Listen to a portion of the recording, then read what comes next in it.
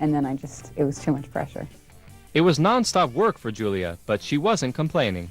We would work these crazy hours, and sometimes it'd be the middle of the night, and we're trying to do a scene where, you know, we're being very serious, and I just wouldn't be able to do it. I mean, there was a time that George and I were laughing so hard in a scene where we're supposed to be very kind of composed, but I truly thought, how embarrassing if Stephen has to rap this day because I can't stop laughing. And it took all of my energy to contain myself, but it's really hard. Meanwhile, Julia was still seeing camera assistant Dan Moder. After his divorce was final in May 2002, the couple tied the knot in a secret midnight ceremony on July the 4th, giving Independence Day a new meaning. At 36, Julia's roles started to become more mature. In 2003, the movie star played an art history professor at a women's college in the 1950s period piece, Mona Lisa Smile. It had great potential for telling a story and for involving this age group of girl in a big way. That was a really predominantly talented group of young women working in movies right now. And I thought, what a perfect time to have a movie set in a girls' school with all these great young actresses floating around and kind of put them all together and see what happens. Co-stars Kirsten Dunst and Maggie Gyllenhaal were thrilled to have the opportunity to observe the power of one of the most successful women in Hollywood.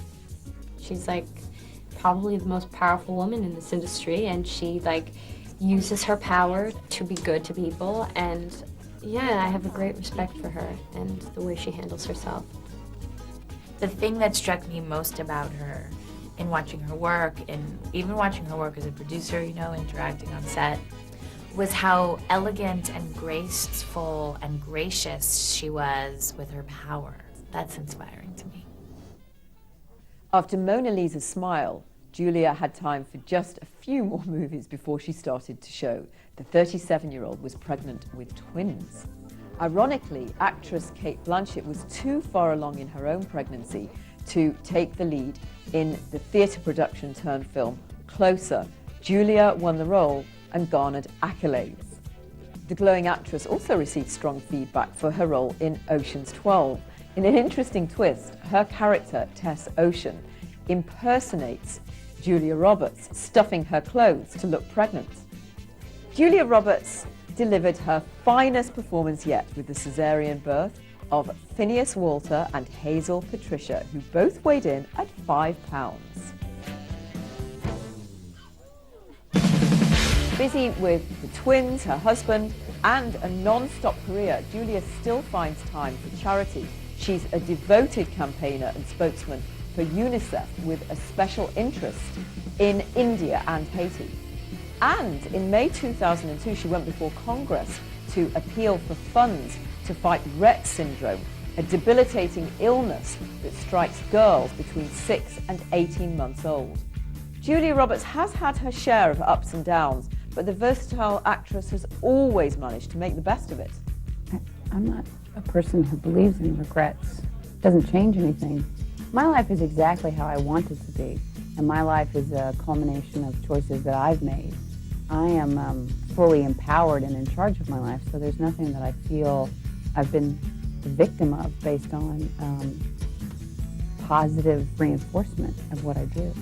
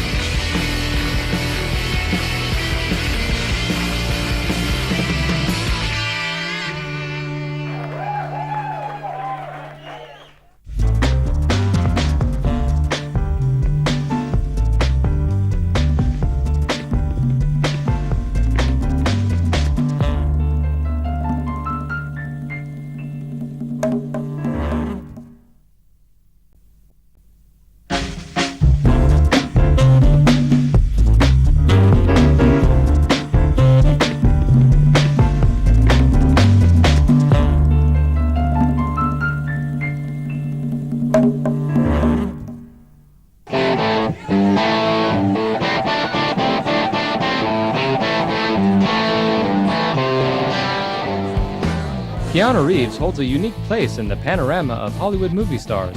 Often dismissed as a blank-faced surfer type, the actor has had to work extra hard to prove his talent. But along the way, he's collected some of the biggest box office successes in movie history. With the Matrix series, Speed, and over 40 movies under his belt, the consensus today on this shy and reclusive actor is that he's truly a force to be reckoned with.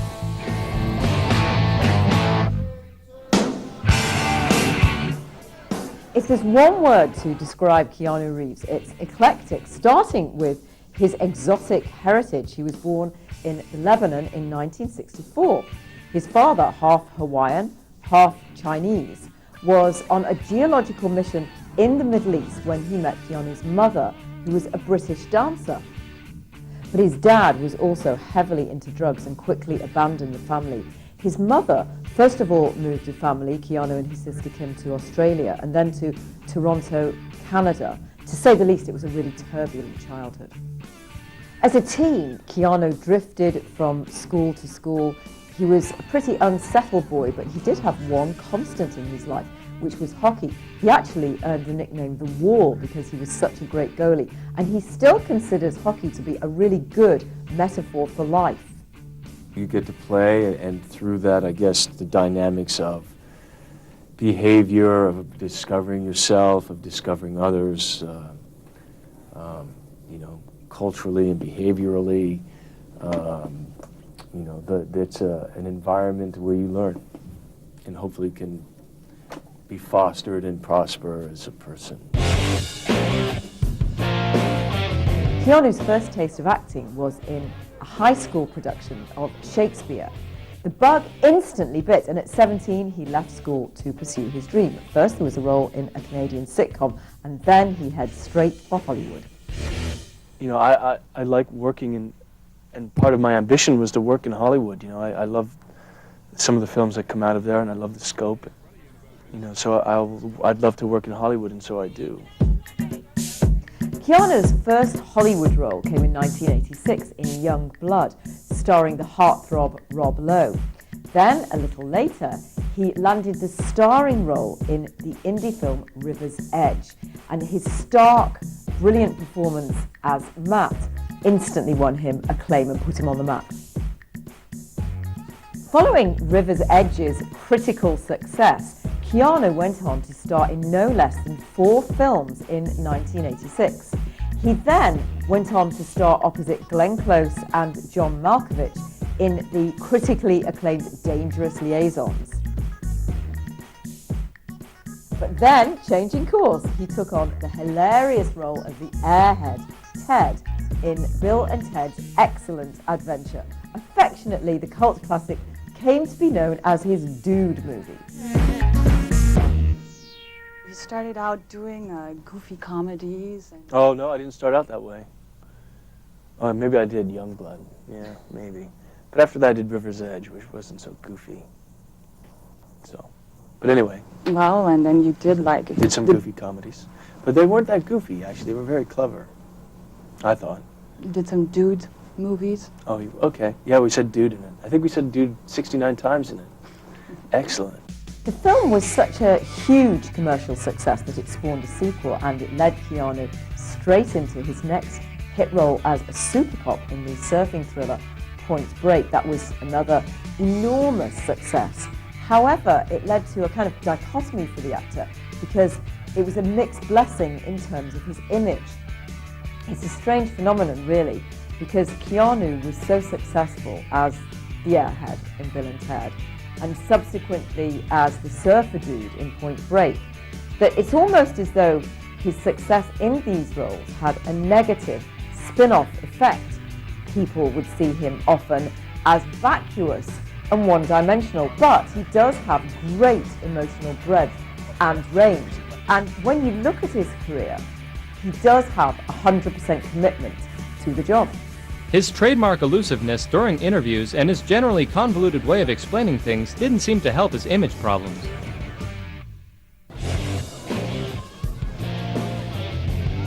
In 1991, impervious to his critics, Keanu launched into a hyper-productive phase in which he made 5 eclectic films in 1 year. He surprised audiences and won great reviews in Gus Van Sant's art film My Own Private Idaho, co-starring River Phoenix. In a fearless performance, Keanu played a fragile street hustler.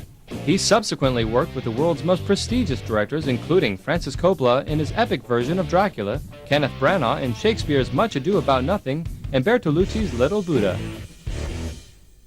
But in 1994, Keanu accepted a role that was to dramatically transform his career.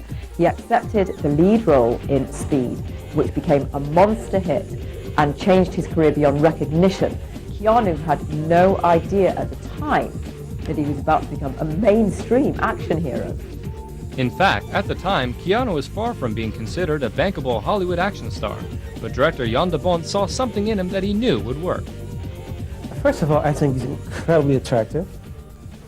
Secondly, because I think he's incredibly physical. And third, because I think it is time to come up as a new star for action movies, you know. No more, you know, of course there still will be Bruce Willis movies and Mel Gibson and Stallone and Wesley Snipes and Schwarzenegger. But it's time for a new star, for new faces. And young audiences like to see younger people in there, I think. The gamble paid off. Speed made $300 million worldwide. Keanu became a household name, all of which was a bit of a surprise, actually, to the star. When it was coming out, I had no idea of how it would go. And when I saw it, I thought it was good. And so I guess I am surprised, to a certain extent. I'm very happy. And happy for Fox and most of all Jan de Bont. The film also provided Keanu to showcase 2 aspects of his talent, which was to become really important later on in his career. And the first one was his ability to do very physical, tough stunt work. The second was his ability to make that physical stunt action aspect convincing on film. And he's a great actor. And in Point Break, he proved that he could do it. You know, there were a couple of scenes that I said, God, he could be really, really good. And he was very worried in the beginning of this movie, and he was afraid he couldn't do it. And I started letting him do little stunts in the beginning, and he started to like it so much. He kept all his adrenaline going, and then it was non-stop from there on. He did most of his own stunts. So. On set, the hardworking but shy actor earned the respect of the crew and fellow cast members. Very sweet, very, very calm. I mean, I thought he was going to be a wild child, and he's very soothing to be around. He's very quiet, so that made me be all over the place. So I was pretty much the clown, and he was sort of the keeper of the calm. He's a very sweet person. He's a very good person, and that's rare.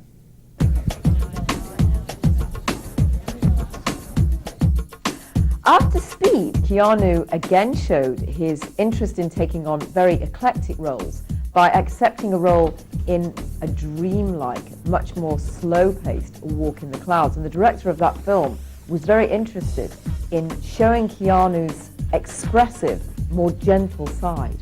He's a very good actor, and he has certain innocence that I needed for this very, very romantic role.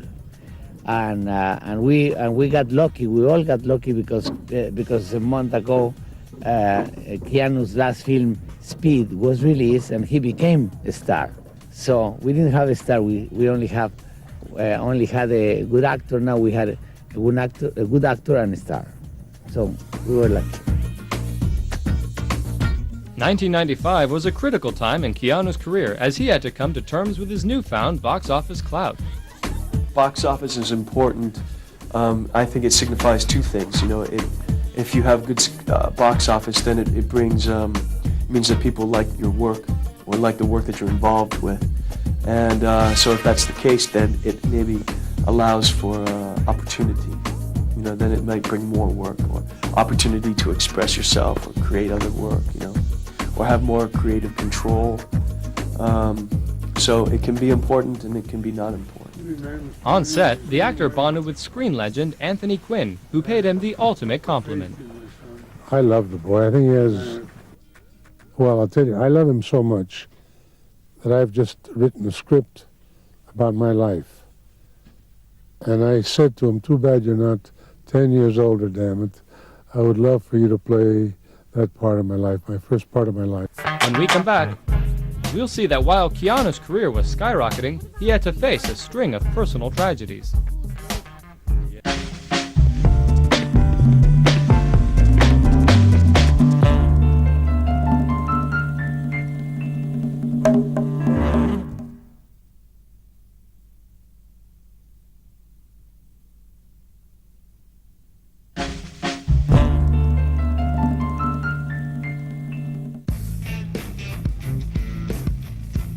Just as Keanu was experiencing a meteoric rise in his career, in 1993 he was suddenly hit with a string of personal tragedies that obviously affected him very deeply indeed.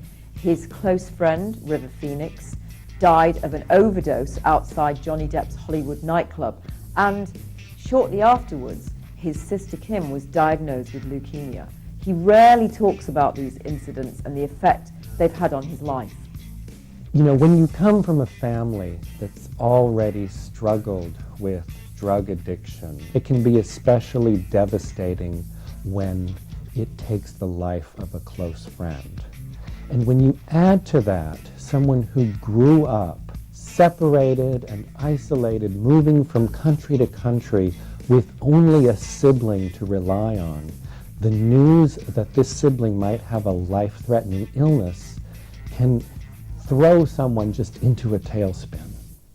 Keanu also dealt with the pain by taking a new approach to work. With the luxury now of not having to work for money anymore, he decided to only take on roles if they really meant something to him. Yeah, I mean, if I'm free from the financial concern, it's really just about script and story. A proof of this newfound philosophy, Keanu decided at the time to turn down a prominent role opposite Al Pacino and Robert De Niro in Heat. The role eventually went to Val Kilmer. What he did instead, well, he decided to do Shakespeare on stage in Canada. And this had film executives wondering what was going on with the star. Also, he formed a rock band, Dog Star, and played bass guitar. I play bass in a band. Yeah. You go on tour now? Yes. We just came from Europe. We played Paris at Chesterfield Club, like 100 dB level. Can't do a rock show at 100 dBs. What are you French thinking? You can drink coffee at 100 dB. So they did. Yeah. Anyway, but we had fun there. It was beautiful. Saying no to a major film in Hollywood is obviously a big risk and often a career breaker, but Keanu seems to have some kind of sixth sense. In 1996, Hollywood was stunned when Keanu turned down a huge pay offer when he was offered the chance to reprise his role in Speed 2. Of course, it turned out to be a big flop. Nobody knew that at the time, however, but Keanu said he just had an instinct that he shouldn't take the role. Just was wanted to go in another direction as an actor, wanted to try and find something else. I didn't have a job, you know, I didn't have anything in mind. I just knew that I couldn't go there again. So I just said no, and we'll see what happens. In hindsight, that decision was one of the smartest in his career. Speed 2 bombed. With his Hollywood reputation intact, Keanu was now able to choose roles that really interested him personally. He chose an intelligent thriller, Chain Reaction, with Morgan Freeman, and he was able to voice his own concerns in that film about the environment. Just that, you know, environmentally, it's becoming quite dire with the industrialization that's occurring. I wanted to confront power and money, and that eventually, I mean, not that the meek are going to inherit the earth, but there might not be an earth to inherit. The film was not a huge success, but that didn't stop Keanu from landing a challenging role opposite Al Pacino in the hit film The Devil's Advocate. Keanu held his own in scenes with the veteran actor. In 1998, Keanu signed on to play another action hero in what was to be the single most important role of his career, The Matrix. It was an enormous, unprecedented worldwide success. In the sci-fi action thriller, Keanu played Neo, an ordinary man who gets drawn into a parallel reality only to discover he may just be a messiah. Action and fight scenes were shot in ways no one had ever seen before. In addition, Keanu had to infuse his character with a spiritual dimension. It's a beautiful role. I think it's beautifully written, and I think what the character comes to understand and what the character comes to ask for is really beautiful and of merit to what's going on. I think it's great in a science fiction movie. Yeah, it's great. Anyway. No one could have predicted the worldwide impact of The Matrix, not since Star Wars had a futuristic sci-fi film had such a universal appeal, and that's partly because it was stylish, ultra-hip, revolutionary images and special effects, and also because of Keanu himself, who portrayed this sort of naive, ordinary guy who just realizes that he might in fact be the chosen one, and he was clearly the right actor for the job. It's hard to think of another actor who could have done this role so well. The film featured extensive Hong Kong-style combat scenes for which Keanu trained intensively, mastering over 200 martial arts moves. Once again, it was his capacity to accomplish difficult stunts that yet again made them credible, and that was the keystone to creating the character of Neo. The film earned over $450 million worldwide and became such a pop culture event, the film's creators, the Wachowski brothers, hurried to make 2 more installments, Matrix Reloaded and Revolutions. The trilogy instantly took its place alongside respected series such as Star Wars and Lord of the Rings. For Keanu, their mega popularity was a no-brainer.